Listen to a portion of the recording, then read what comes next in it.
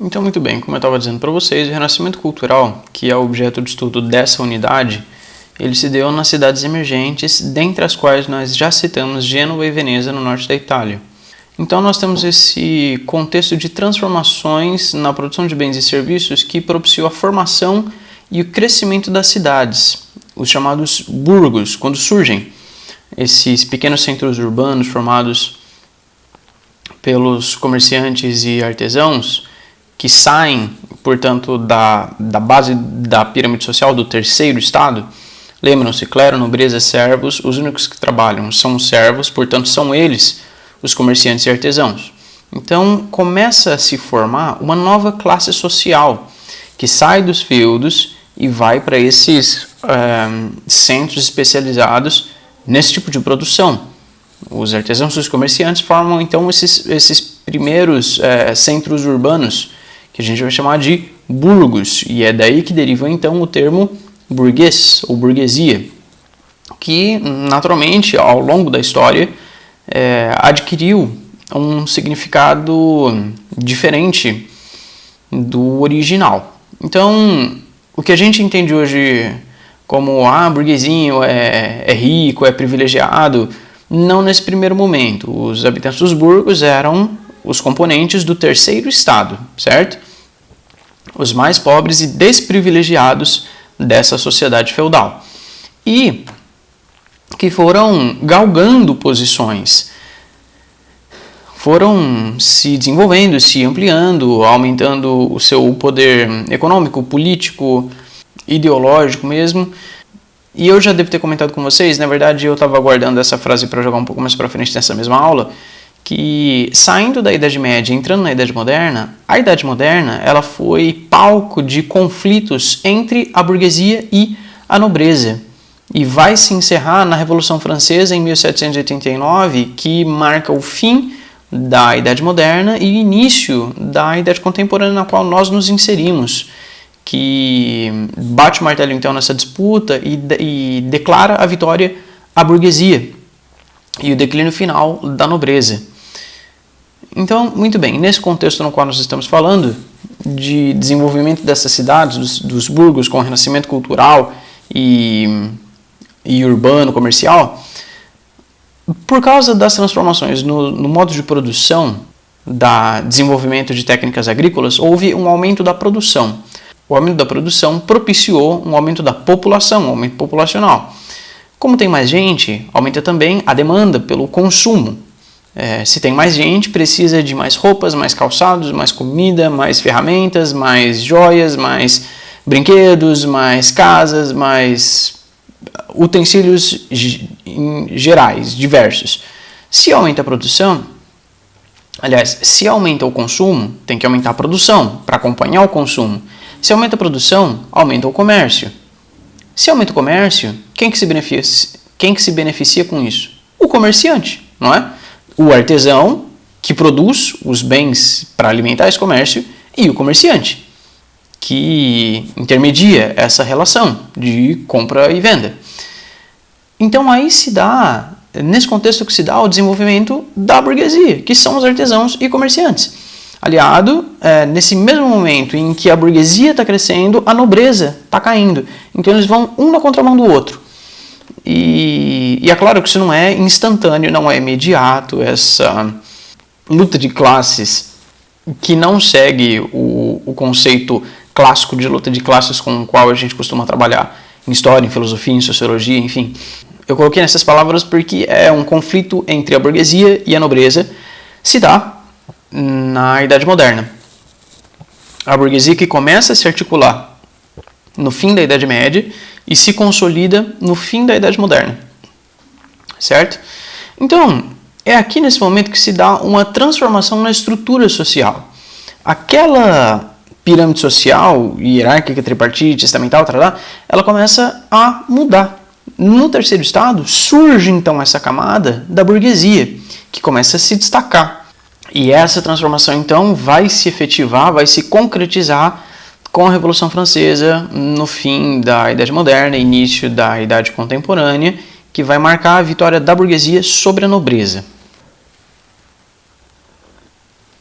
Como o comércio está indo de vento em popa e os comerciantes estão angariando grandes fortunas, surge a necessidade de bancos para guardar e administrar essas fortunas em segurança, e de pessoal qualificado para exercer essas funções, de maneira que o meio intelectual, que estava até então monopolizado pela igreja, começa a se dividir com a burguesia, que começa a investir na formação escolar universitária e na disseminação de universidades pela Europa toda. Quer dizer, pela Europa ocidental, né, que é o palco de desenvolvimento do que a gente vai chamar de feudalismo, principalmente ali. Dê uma olhada no painel da página 411, que tem uma listinha das universidades que foram fundadas, foram criadas no século XIII. E reparem nos lugares, tem uma na Inglaterra, 4 na Espanha, 3 na França, 5 na Itália, uma no Iraque e uma em Portugal. A Itália, ela foi meio que um epicentro desse desenvolvimento, dessa efervescência urbana, cultural, científica, tecnológica, desde o declínio da Idade Média, né, caminhando para o fim do feudalismo, até por séculos subsequentes. Ela se tornou um centro de propagação desse desenvolvimento cultural, artístico, científico. Essa ascensão da burguesia entrou em choque com a elite dominante, que era a nobreza detentora de privilégios feudais. A gente vai avaliar os descompassos desse conflito nos séculos que virão pela frente ainda. É nesse contexto também que se consolidam os primeiros estados modernos, a Inglaterra, Portugal, França, Espanha. Ao longo dos séculos, entre os séculos XI e XV, todas essas transformações estão acontecendo na Europa. E no século XV, que a gente tem a mudança definitiva, ou que a gente marcou, fez um marco cronológico para separar essas duas eras, estabeleceu, elegeu a queda do Império Romano do Oriente. Vocês lembram que Roma caiu no século V, em 407, eu acho, vou pôr a data aí, e o Império Romano do Oriente, em Constantinopla, ele sobreviveu por mais 1000 anos quase. E ele foi derrubado pelos turcos otomanos em 1453. Então, século XV, meados do século XV. Enquanto tudo isso, esse rolê está acontecendo aí. Tudo que eu falei até agora tá nessa segunda metade da Idade Média, na chamada Baixa Idade Média, que vai terminar com a conquista de Constantinopla em 1453. Além de tudo isso, a formação dos primeiros estados modernos, a queda de Constantinopla, a entrada na Idade Moderna, tem então essa retomada do comércio e das relações com o Oriente, desde as cruzadas no século XI até o século XIII, lembram? E aí então tem essa reconexão com o Oriente que retoma o comércio, estimula o comércio. Se o comércio é estimulado por causa do aumento populacional, por causa do aumento da produção, percebem como está tudo ligado? E aí a gente tem um desenvolvimento da classe burguesa, tem a organização dessa classe burguesa em associações, nas guildas, que é mais ou menos tudo que nós temos falado até agora. E o destaque dessas duas cidades no norte da Península Itálica, os outros reinos que estão se formando, se consolidando nesse momento, querem participar desse comércio, buscam rotas alternativas para chegar no Oriente, se lançam nas grandes navegações, e aí a gente tem a descoberta da América em 1492 com o Cristóvão Colombo, primeiro pela Espanha. Quer dizer, na realidade, foi Portugal que saiu primeiro nas grandes navegações, né? Porque a Espanha tinha outros problemas para resolver, como nós até já comentamos. Só que Portugal toma um caminho diferente. Eles vão exatamente... quer dizer, o objetivo deles não era desbravar os mares, os oceanos, melhorar a cartografia, nem eram levados única e exclusivamente por uma curiosidade assim de descobrir o mundo. Não, nada disso. O objetivo deles era chegar na Índia para estabelecer uma rota comercial lucrativa. Então Portugal foi rumando pelo caminho que eles já conheciam, ou tinham uma segurança maior de chegar até lá, que era dando a volta por baixo da África. O que de fato foi feito, e estabeleceram uma rota comercial por aquele caminho, que foi usada por muito tempo.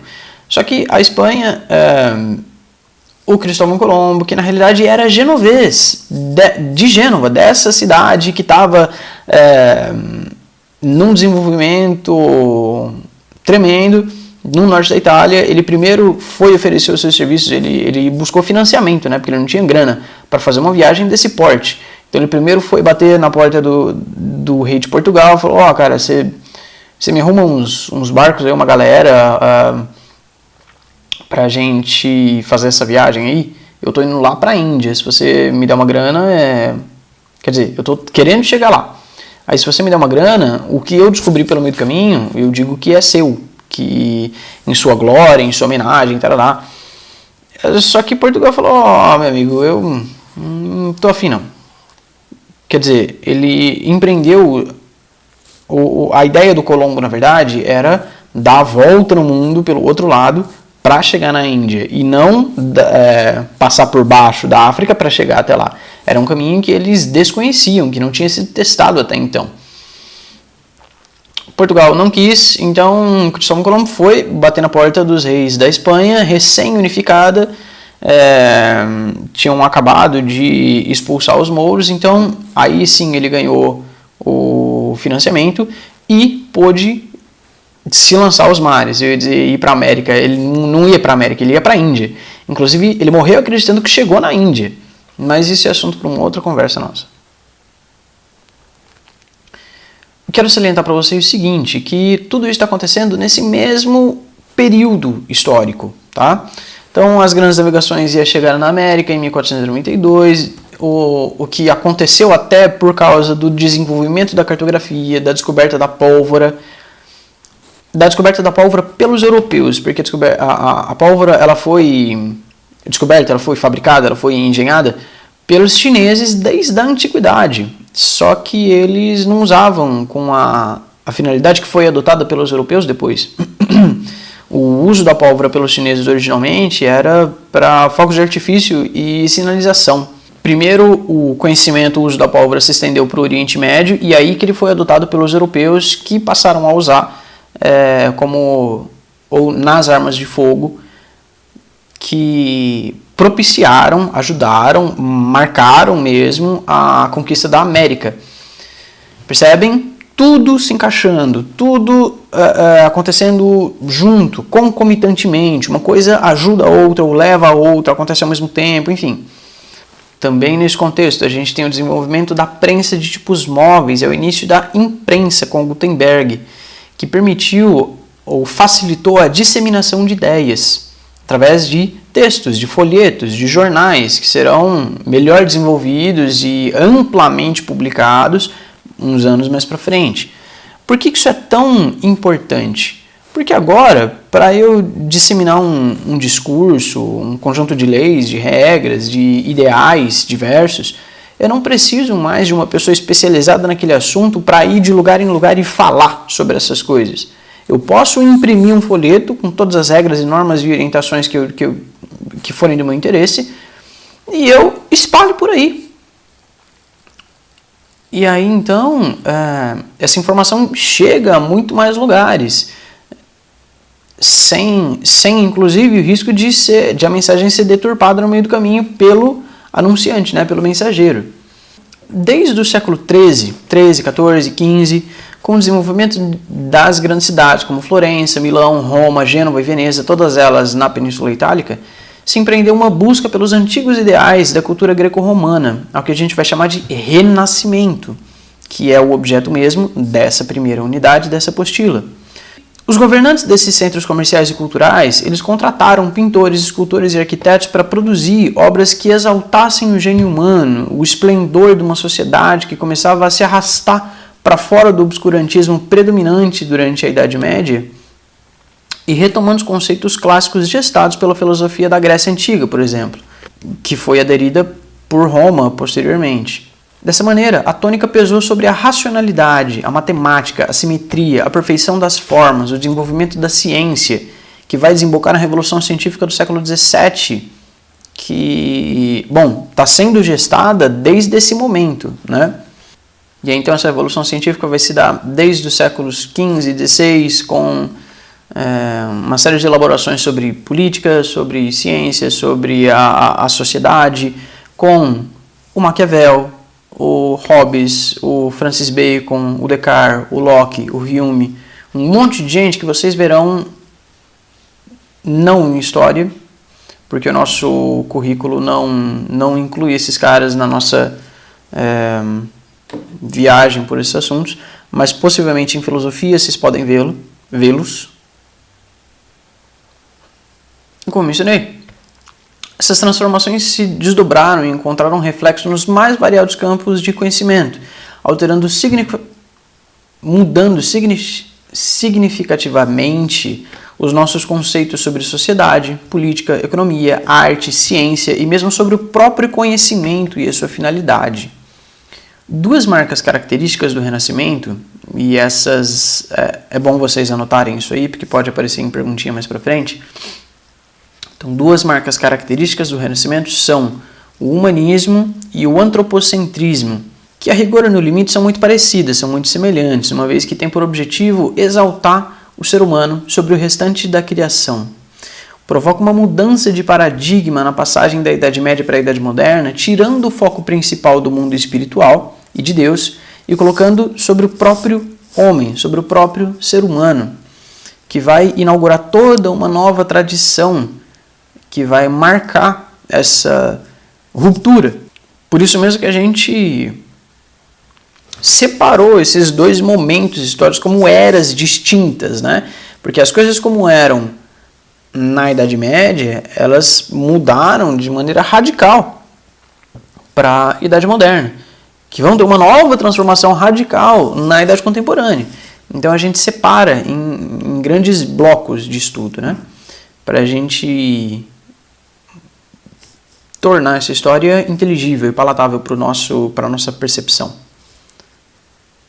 Aí então a gente vai dizer o que foi, como que se deu, como se processou esse renascimento através do humanismo e do antropocentrismo nas próximas aulas, nos nossos próximos encontros.